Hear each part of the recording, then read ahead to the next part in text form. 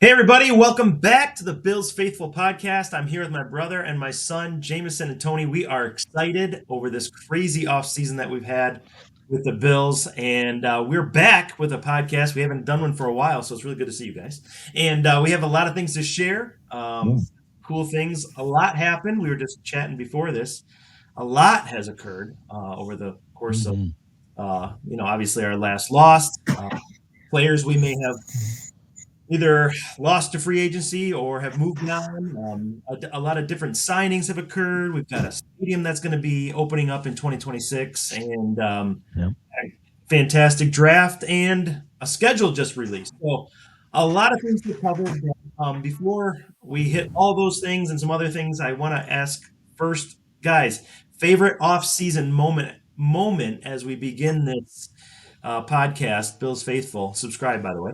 And I'll start first. Favorite off-season moment for me. I after all that went on last year and seeing Josh Allen win the MVP award was by far the best off-season Yeah. moment for myself. I just was like, oh my goodness, this guy he works so hard. He gives everything to the Bills organization. Narrowly beat out Lamar. I mean, what a Yeah. great race that was. Here he is, a guy who's just like he just does so much for us, and he's so much fun to watch. I believe he deserved it.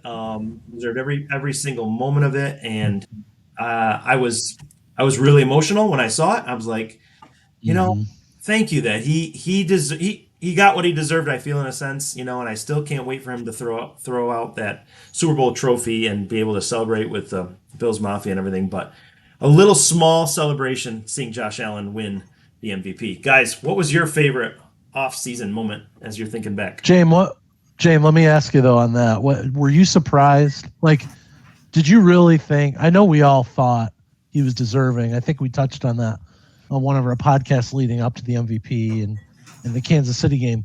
But were you surprised when he actually won it? Because Yeah, I I was. still, I still was. Yes, I still was. Yeah. Yes, for 100%. sure. Yeah. Yeah. That was And the huge. sportsmanship award too. That was funny for all the Yeah. things that he got before the season. It's Right. Yeah. What was it? He got trash talker and most overrated. most overrated before the Yeah, season. It's And then he funny. got MVP and sports. And So sports pretty shit. awesome. Full circle. Turnaround. Yeah. Yeah, that's cool. Full circle moment. Yeah. Favorite off-season moment, James? What's yours? Yeah. I mean, besides that, that's probably the big one for all of us, I'm assuming. I liked all of the re-signs we did. And one that's probably a little bit under the radar that even Josh called him the best third down back in the league. The Ty Johnson re-sign, I mean, I think we're paying him like $4 million. So that was huge for me. I mean, I know he's not a big name. He's not going to make the big bucks and being a running back, but I think just crucial to our offense. I love that little outlet that he can bring to Josh and our offense. I mean, that catch against the Broncos, that playoff game was, Yeah. oh my gosh, that locked up a contract for me as soon as I saw that. So I thought that was pretty cool. Little under the radar signing, but it was awesome. So that's a big moment for me. But What was Very the nice. game he caught that long pass? Remember that? It was like he sort of jumped in the air and caught it. Was that the Lions game? It was an away game. But man, that was a huge play the too. Lions, he had a big one. He had such a huge year for us. I mean, Oh my gosh, yeah. What's their for down being back? under the radar. Yeah, just awesome player. That's a Yeah. great call out, James. Great threat for like defenses to keep in mind. It was great. I love Yeah. it. Yeah. Yeah, I think for me, off-season moment, MVP was amazing. So, like, I mean, it can't get much better than that. I think that was kind of our, having to go through a tough loss. I think that was a little bit of silver lining for us this year, that it wasn't a complete waste, Mhm. right? Mhm. But I would say re-signing Josh to that contract extension, just to know that he's locked down for the next 6 years, and him really cashing in with that guaranteed money, a big contract. I think it's like Yeah. $55 million a year.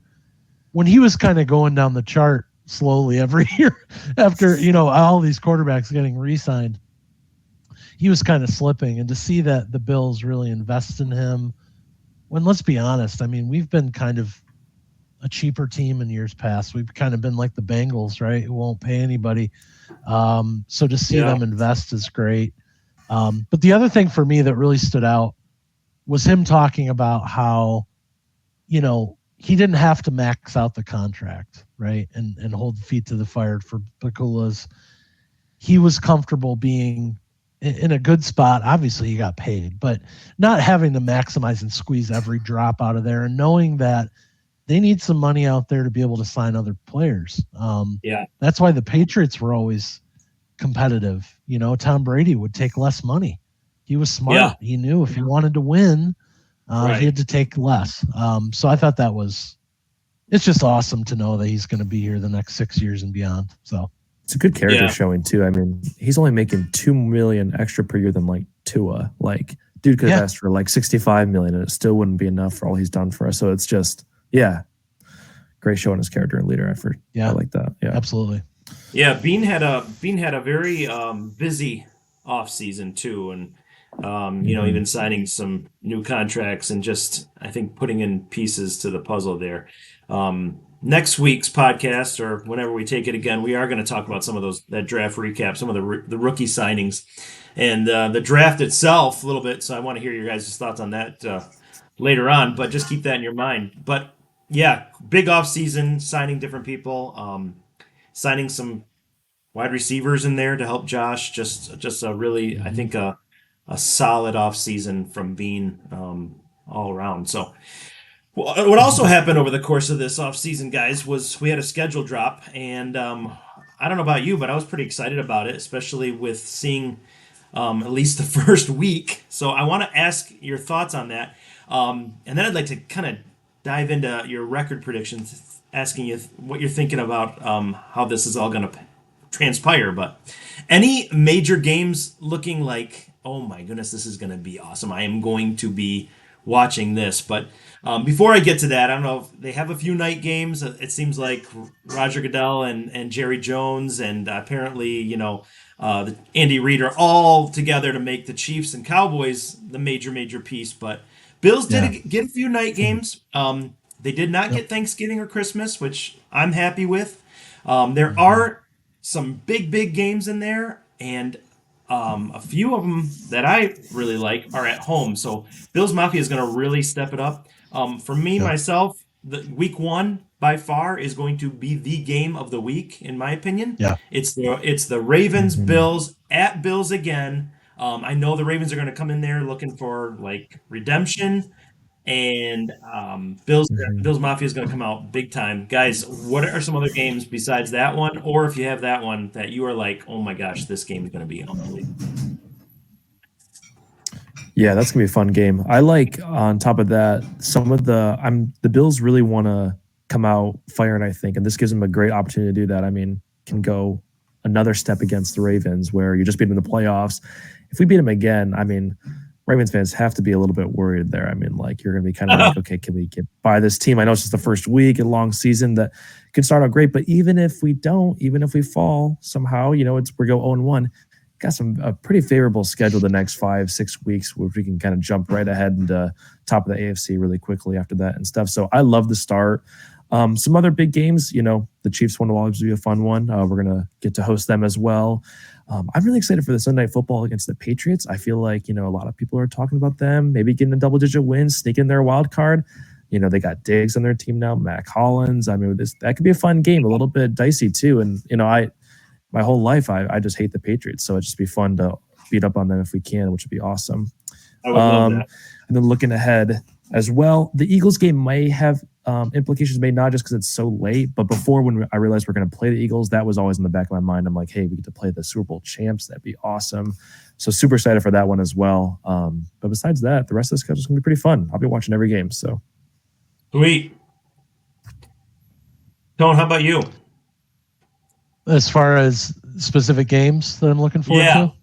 Yeah, I mean, hit pretty much everything on the list there. I obviously, it's going to be cool to have the Super Bowl champions coming to town, having that game in Buffalo. If you guys remember the last time we played Philly, that crazy game where we ended up losing by that 60-yard field goal.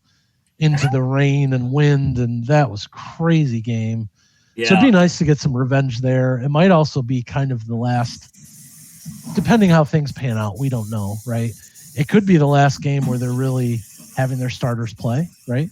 I would assume by the Jets game to end, maybe we'd be sitting some folks, but we don't know. It's going to be really tight. Obviously, it's going to be a big deal to try to get the 1 seed like it is every year, so that might still be in play. But that's going to be cool to have that late. Also, there's a late game against the Bengals in December. Yes. That's a 4:25 game at home. I saw that one's on Fox, which is kind of odd because it's an AFC game.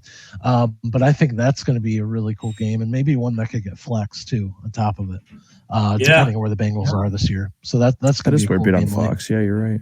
Yeah, That's true. Wow, interesting. I was just looking at the first 6 weeks. We have to buy in the week 7, which little early to me, but that's okay.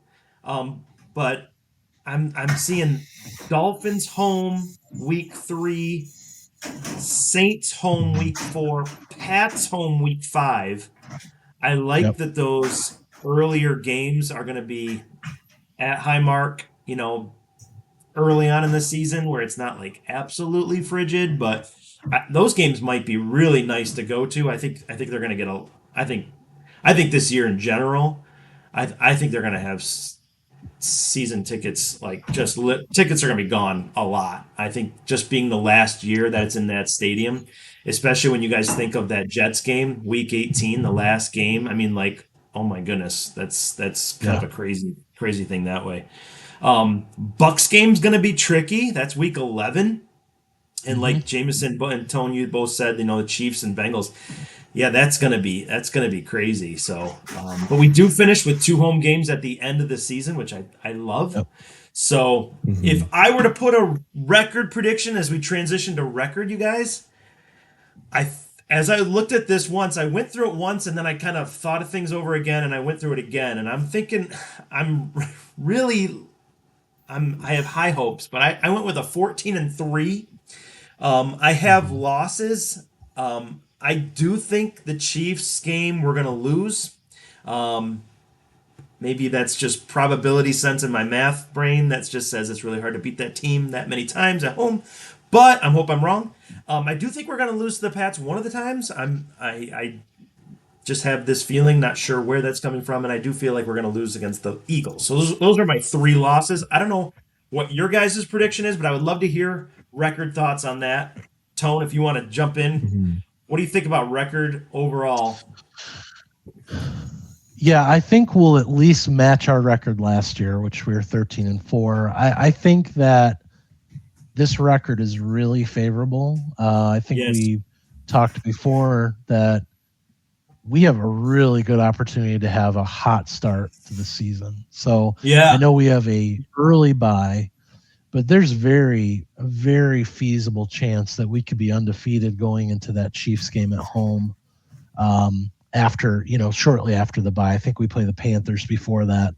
And then we have the Chiefs at home, which is going to put a lot of pressure on the Chiefs because the Chiefs have a tough front end schedule. Yes, they do. They're a little bit opposite of us. So I would love them to have to chase us this year because last year we were chasing them the whole year. They just didn't lose. Besides us, they were undefeated going into our game with them. The other thing that lends itself really well this year, no international games. I'm thrilled with that. We suck internationally. I hate those games, to be honest with you. No one wants to watch a game at 7 a.m. on a Sunday. No holiday games, you mentioned, James. Like, let me enjoy my holiday. I don't need to be stressed on the holiday. I don't need that. So I'm very excited about that. Let other teams play. I think we talked, too, about that. That Thanksgiving slate of games is going to be so much fun just as a fan to watch. Really good games that day. But overall, I'd say I think we're going to hit our win total mark, like record as a team this year. I agree with you, James. I'm thinking 14-3. I think 13 is the record amount of wins we've ever had, right? So we've never eclipsed the 14 wins. I'm kind of on the same page with you, James, where That KC game's going to be tough. Law of numbers says we've owned them in the regular season. Could be a tough game, especially if we haven't lost to that point. That's always tough. Right. I think, I alluded to it earlier. I don't know that we're going to be playing our starters in that Jets game for the finale. So I'm kind of penciling in maybe a loss there. And then the other one, too, is that Patriots game late, just like it was last year. It's just one of those things. I think they're on the way up. Vrabel's a tough coach. He always plays us tough. Right. So I think that could be maybe one. And then obviously the Ravens game. There's a couple games in there where it could go one way or the other. But I feel pretty comfortable at 14. I really do. Nice. Cool. Yeah, I like you guys. I think this is the year maybe that we can pass that record and stuff like that. I'm still thinking 13-4, merely for the fact that I think the Chiefs have, in my mind right now, it's like Chiefs versus us for the 1 seed. And because they do have a tough schedule, I don't think they're going to go 15-2 like they did last year. And I'm hoping, which is part of why I'm saying 13-4, I'm thinking by that Eagles or Jets week that we could almost hopefully even have the 1 seed locked up or be right on there. So if we rest, basically everyone, it just shows that when the Chiefs did that last year, they got blown out, 34-0 or something like that. So I kind of have a loss there just with that kind of thing in mind.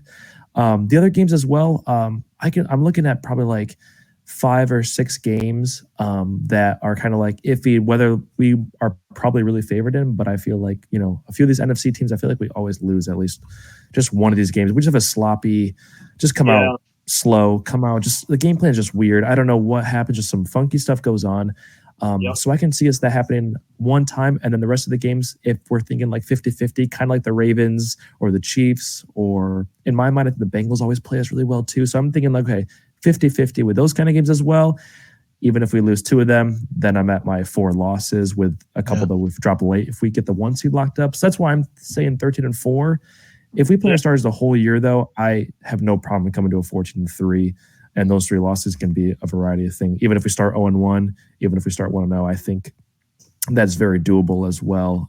But I'm really hoping that we can get that, almost how the Chiefs were last year, get that 1 seed locked up and we can rest our starters the last week or maybe even 2 weeks. Probably not, and then we get a loss there. So those are my thoughts. But yeah.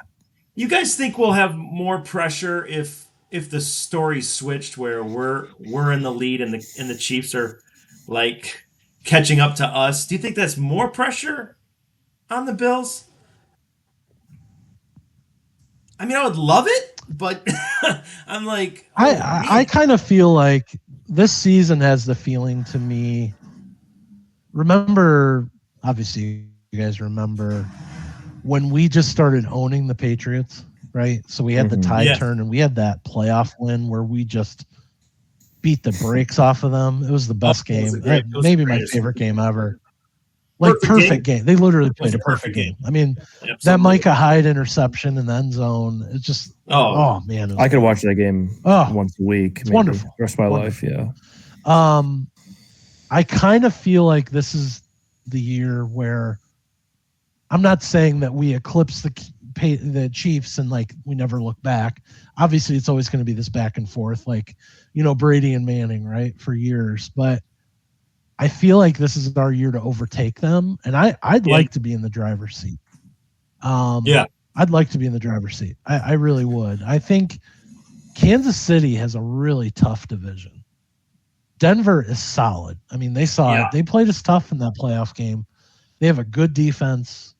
They had a good draft. Like they're tough. Chargers are tough, man. Chargers are tough. And then the Raiders. They always sneak in some games, right? And they have Geno Smith now, right? So they're going to kind of be one of those tough outs for them too. They always play them hard. So it wouldn't bother me, James. I'd welcome it.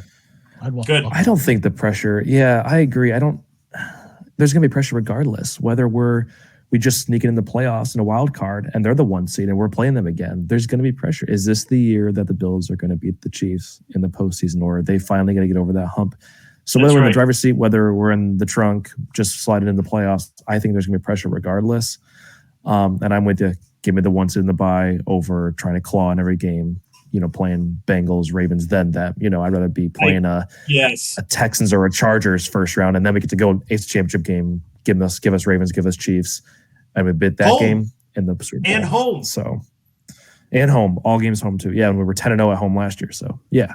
Don't you think that? I think there's pressure regardless. Don't you guys think there's more pressure though, being Kansas City, like knowing we've been breathing down their neck and having to continually beat us every year?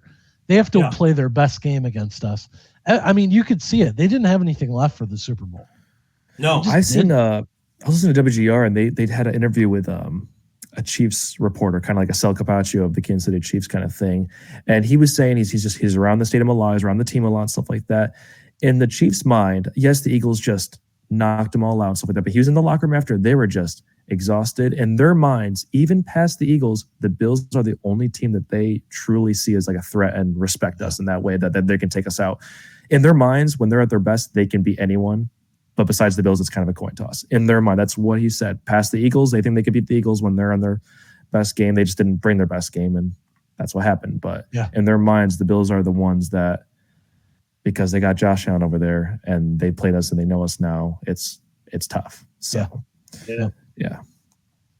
Well, let's hope that the off-season signings that Bean did improves us defensively a little bit. I know we still have Josh Allen. As long as you have Josh Allen, you can win every single game. But I do agree with you. I think it'd be nice to be, in quotes, the bully, and like we're just you got to go through us. Mm-hmm. You got to go through us. And I feel like the Patriots had that mantra about them, that view where they knew it. I'm coming into this game and we're going to beat you no matter whatever we have to do. And I feel like, Tone, and you're saying it right there, I feel like we're getting to that point. I really do believe that. Mm-hmm. I think we can get to that point as well. Yeah. Great takes, guys. This leads us to our last two topics. James, I know we always like to showcase Jameson's stat of the day because it's just so cool. It makes us like, where does he get these things? We always wonder, how does he find out this information? So we know, James, we're going to go to you right now, as always, for our. I have sources on podcast. Sources. I need you to tell us the stat of the day. Files on files, yes. Where do I come from? All right, so Jalen Hurts, we're going to go back to the Super Bowl, okay, because that is the recipe, apparently, to beat the Chiefs that the Eagles showcased. Obviously, the Chiefs saw that. They're going to address some things. Yeah. But the Bills were paying attention. They watched that game. Okay, remember that game? Okay, Jalen Hurts' defense. Okay, they're kind of talking about quarterbacks. Consecutive stops. Okay, so Chiefs are punting or a turnover happens. Okay, 9 straight stops in that Super Bowl matchup. Okay, 9 straight, which is, to me, I was like, really? But if you look back at it, that makes sense. Besides the very last 2 drives, that when the Chiefs like made it somewhat, the score ended up not being like totally, obliterated. But if you take those 2 out, that makes sense. Okay. Bills defense total stops in all 4 playoff games has been 9 as well. In 4 games, we've stopped them 9 times. That's wild, dude. That's so wild. So that's why you go draft 5 defensive guys in the draft. That's exactly right. And you re-sign Rousseau, you sign Bernard. I mean, I think the core, he's realizing this core is we need to keep this core and we're going to keep developing. And Josh taking the pay cuts, helping. That's the strategy that we need to go in. And I think that's what's going to help us eclipse them. And we can be the new big bad guys in the AFC. And it's just mind-blowing to me. So Josh Allen has to play perfect. And even if he does play perfect, they still give him up short. And that's what it's all about. So fantastic. You could tell with Bean with that draft. He's like, okay, enough. I've had enough. We're just going to draft all defense. No. Okay, here you go. We'll throw in a receiver at the very end. Yeah, exactly. As an afterthought. Kick returners. Special teams guy. Yeah. Right. And that tight end, too, we talked about. Yeah, absolutely. Oh, wow. Fantastic stat, James. Because, for me, Jalen Hurts is good, but it's not Josh Allen. But we got a defense like that. No, he's not. Yeah. You don't need to be great. You don't need to be like otherworldly. You just need to be good. You need to be great. And he played great, but was he Josh Allen, Joe Burrow, Lamar talent? No. Yeah, they literally have not. We have not failed to show up in a playoff game offensively in any playoff game they've had. No, that's right. The only one where we struggled was that Bengals game at home. Yes. But that was that weird icy field. Weird season too. A lot of that was emotional just things going on. That was weird season, and that was after the Hamlin, that whole thing with the cardiac arrest and all that. That was just an odd set of circumstances. Not to make excuses, but I think it was different. But all being said, we always show up in offense. Even that Texans, remember that first one to the Texans we lost where he threw up that ball to Patrick DeMarco? Anyway, we'll talk about that. Yeah. So we end our podcast every once in a while, guys, with a little thing called Fact or Fiction for our listeners out there and viewers. We do a little Fact or Fiction. I asked these guys 3 questions, actually, they're statements, and I asked if they think it's a fact or a fiction. So to kind of get the ball rolling, guys, I want to start with Jameson on this one first. Here is our first Fact or Fiction. Give me your thoughts on this statement, James. James Cook. Will have another James Cook great year, 10 plus touchdowns. Fact or fiction, James? Okay, yeah, I know we talked about this. We're like, what's the number? What's the number? Okay, if 10 is what it's going on, and I was seeing a few props and things and projections. I think ESPN has for fantasy has him rushing 11. And I kind of like that number. I don't think he's running 16 or 17 where we had last year. Amazing.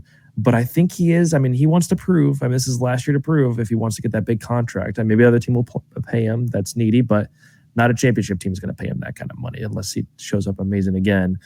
So I kind of like him getting that 11, 12 max. I'm going to go over, but it's not like, hey, this guy's getting 16 again, guaranteed. I like him in that 9 to 12 range, but I think I'll lean 11 or 12 for his contract situation. I think he's going to play really well again. But no, I don't think he's going to get 16 again. No. But yeah, I think you hit the nail on the head, Jameson, with the contract thing. I think that's going to be a big driver. Obviously, I don't see him matching that total last year. That was kind of wild. I also don't know if he's going to have as many long touchdowns as he did last year. Because I mean, he had several that were 40, 50 plus. It was insane. I like that where Jameson was coming about 11. You know, they handicap this stuff for a reason. They know what they're talking about, right? So I think he's going to be in that 12 range, something like that. I still think he's going to have a great year. Now, my question to you guys is, do you think there's a possibility he sits out with this contract dispute thing? Would he do that? I mean, he did the whole scrubbing social media and that whole game and saying $15 million a year. Sure. I mean, that could play into it, but what do you guys think of that? I've been hearing that he's training right now. I mean, he posted something on his Instagram just the other day. He was in a Bill sweatshirt working out and stuff like that. Which, you know, take all that social media stuff with a grain of salt, but I think he'll show up week 1 in the thing. Yeah. I think so too. I think he's not all talk, but it's just hard because you got Derrick Henry who gets a 2-year, $30 million. I mean that's Derrick Henry though. I feel like Derrick Henry's in my opinion, maybe the second best running back in the league. So I don't know if James Cook is that numbers. He's not on the field all the time like a Derrick Henry is. He's not, and I don't know. I hope it's not true. I hope it's not true. Yeah. Second fact or fiction, gentlemen. I'll start with Tone first. Here it is. Keon Coleman and Dalton Kincaid will have breakout seasons. Fact or fiction, Tone? Okay. I'm gonna go fact and fiction on this one because I think out of the two, in my opinion, I think Keon has the clearest path to having more of a breakout year. You know, I think he had do you guys remember? Was it 4 touchdowns this past year?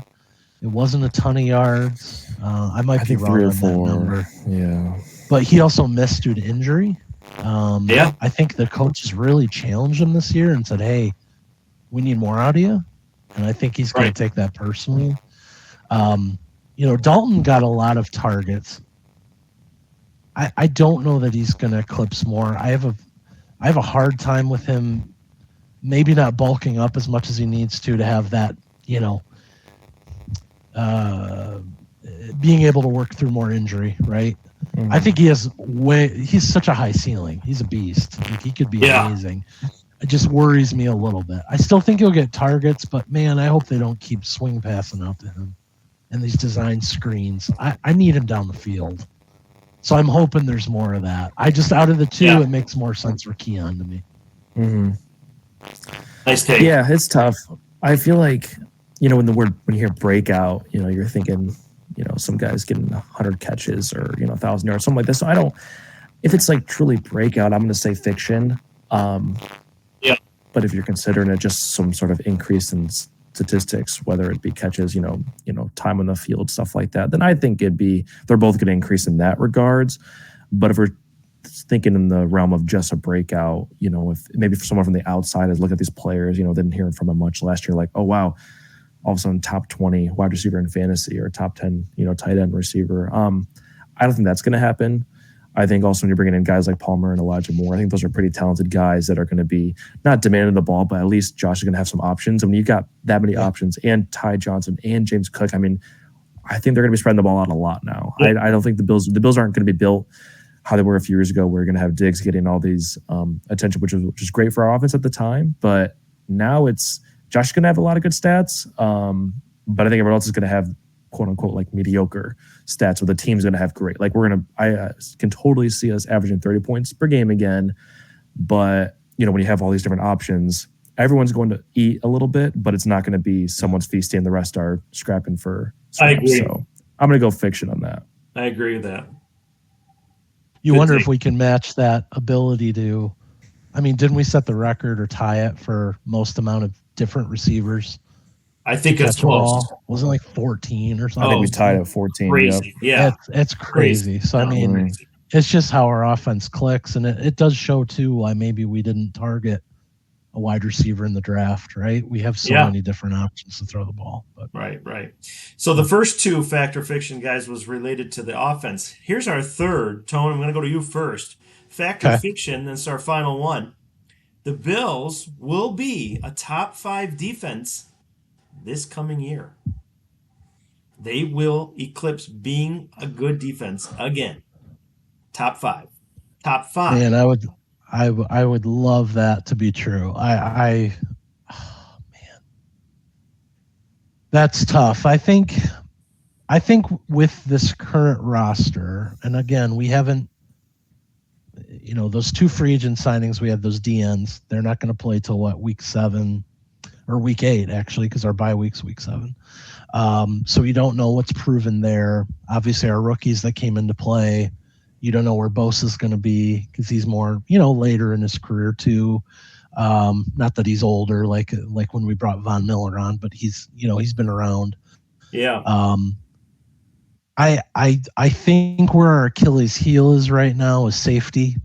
We could always count on Hyde and Poyer for years. I think we got very spoiled there, and I just don't think we focused on setting up the next era of who our safeties were going to be. I like Hamlin. I like Rapp. I think the other young guy, Bishop, right? He came on a little bit last year. It's just tough. I would have liked them to maybe get a safety in the draft, to be honest with you. I think that was an area of need. I do like that we added Hairston with some back-end speed. That's definitely needed. But the way Rapp throws around his body, he tends to get hurt.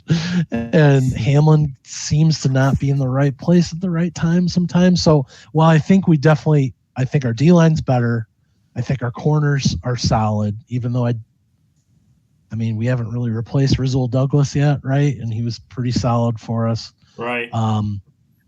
So that worries me a little bit. I think we could get to top 10. I do, because Sean's a great coach. He's a good defensive mind. I like Bobby Babich. It'll be his second year, in the system, which I think is awesome. I think top 5 wouldn't be in the realm, so I'd say fiction on that one. Nice take, Don. Yeah, I think for fun, I'm going to say fact, but it's more of like a hopeful kind of like put a 50 cents in and maybe turn into something kind of a big cash out kind of thing. I'm trying to think of all the teams with like some strong defenses and just with how our line is and stuff like that. If you look at the top 10 defenses last year, they had at least a couple pass rushers that everyone can kind of knew. Those teams in the defense were really putting the pressure, on Jared Goff, Justin Herbert went from throwing 3 picks all season to 4 in one playoff game. When you see these teams that have this powerful pass rush, that can make the whole defense better. So I know we have questions on our safety. I know maybe we're expecting a little bit much from maybe Cole Bishop for his second year and stuff like that. But I'm kind of hopeful that the secondary, even though it might be a little weaker, can maybe either one step up or two. They don't really have to step up as much when the pass rush is that good. Yeah. So I'm really hoping that the pass rush takes a big step forward and we can crack that top 5. Kind of reminds me of, I know maybe the Ravens, I think, were considered top 5 last year. And they had a really strong secondary and like kind of a weaker defensive rush. So I'm hoping that we can kind of almost be a top 5 with a really good rush and kind of mediocre secondary. We'll see. It's obviously, to be top 5, you kind of need a bit of both. Something like the Broncos. The Broncos are just elite everywhere, it seems like, on the defense. So I have them being a top 5. And I wouldn't think of us as being, top 5 like that. But I think with our coaching schemes and we're really good at developing players, I'm hopeful. So it'd be really fun. I'd love to see Milano have a year back to somewhat his old form too. I think he's healthy now. So that's a huge win for us if he can have a good year paired with Bernard. Because Bernard came out of nowhere, obviously. Yeah, but I'd love to see Milano come back. That would be a great. And if he could elevate, Milano's a game changer. So he could definitely put us into that top 10, top 5. Injuries. You mentioned it. Injuries too. Just kind of transitioning that way. It's just like it's so how important it is to be able to be healthy towards the end. Here we are starting Kaiir Elam against the Chiefs, and it just literally got torched against, like, what do you do? What do you do? And then he's obviously gone. He was terrible. He was non-existent.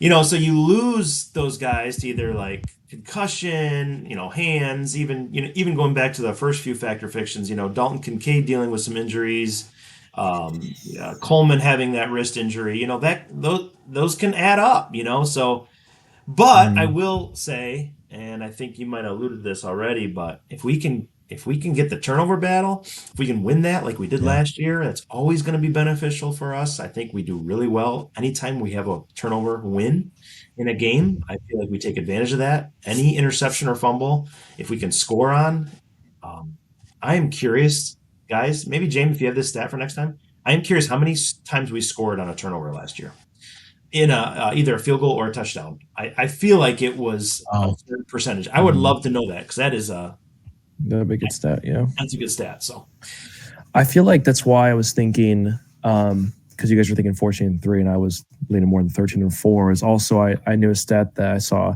teams that had the best turnover or turnover the ball the least amount, on the offense. How many turnovers do they have the next year, or are they able to match that? And on average, they usually turn the ball over 7 more times than the previous teams that come in first on average. And I'm not saying, I don't know if the Bills will make that big of a jump, but a lot of teams went from like double digits. So some lower teams went to like 4 or 5. But I'm thinking, okay, out of all those games that were kind of close, you spread out 7 turnovers somewhere. Right. That's going to be, those are game-changing plays. So I can see, if that happening against the Ravens or Bengals, that's not a good team to do that against. If it's the Panthers or Saints and something sloppy happens, okay. But that's also where I think maybe we can drop a game here and there if we increase the turnovers, unfortunately, which is just statistically bound to happen. So we'll see how that works out. But yeah. Awesome, guys. That's Factor Fiction. We are going to end our podcast for this time. But next time, catch us, because we're going to do our AFC reverse power rankings. We're gonna dive in with these guys and see what they think is going to be the worst team to the best team this year in the AFC. We may even take a look at some playoff scenarios, and also we're going to take a look at some favorite rookie signings that we did for the draft recap. We already talked about a few of them, but we want to dive into that a little more. So please tune in next time. And as always, go Bills, guys! Always a joy doing this with you. And yes, sir. Good job. Go Bills. Let's go. Go Bills. Have a good one.